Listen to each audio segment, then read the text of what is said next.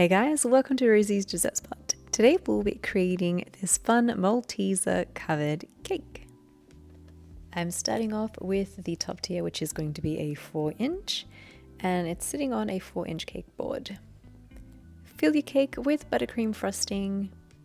I like to cut my cakes in half and then stack them all together. I have 2 cakes in total, so they make a 6-inch tall cake. Create a thin layer of frosting with your buttercream. This is just there to trap in the crumbs, and then smooth it out with a frosting scraper. Clean up the top, pop it into the fridge to set for a good 20 minutes, and in the meantime, you can work on your bottom tier. For the bottom tier, I've used a 6-inch cake, and just following the exact same steps. I do have a 6-inch cake board underneath this, but you don't need to. You can stick it directly onto your display cake board.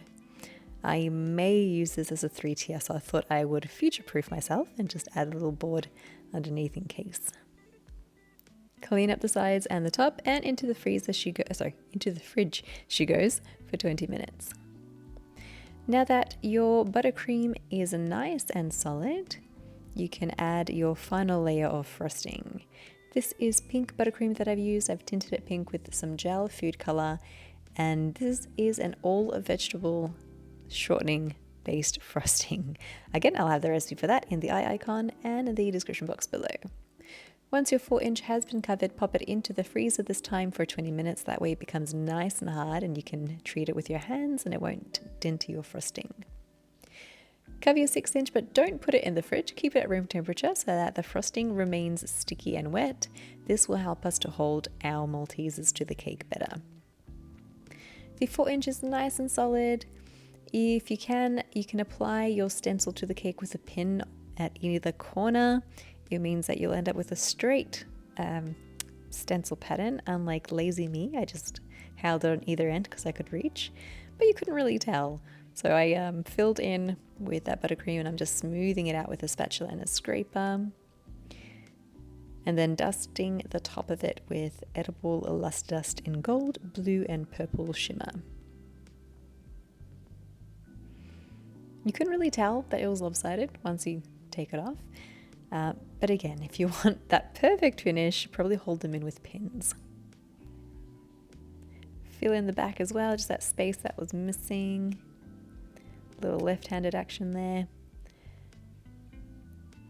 And then repeat till all your cake has been covered. Here I have applied straws into my cake, cut flush with the top. Try to use wooden dowels or bubble tea straws. They are much stronger. But if your cakes are only small and they don't weigh too much, then you can use paper as well.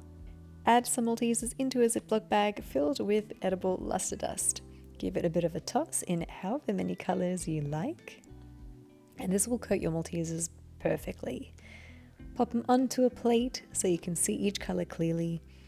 And then all you basically want to do is grab them and stick them directly onto your cake. One at a time, starting at the base. And again, you want to make sure that your buttercream is nice and wet. That way they stick beautifully. If they don't want to stick or you popped your cake into the fridge and you're working on it the next day, you'll just need a piping bag with that buttercream. Stick a little bit on the back of each Malteser and then onto your cake so they stick on there.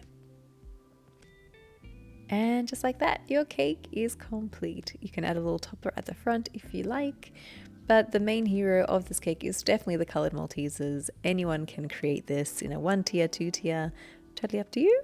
If you do recreate it, hashtag Rosie's Dessert Spot so I can check it out. Thank you guys so much for watching, and we'll see you again in the next one.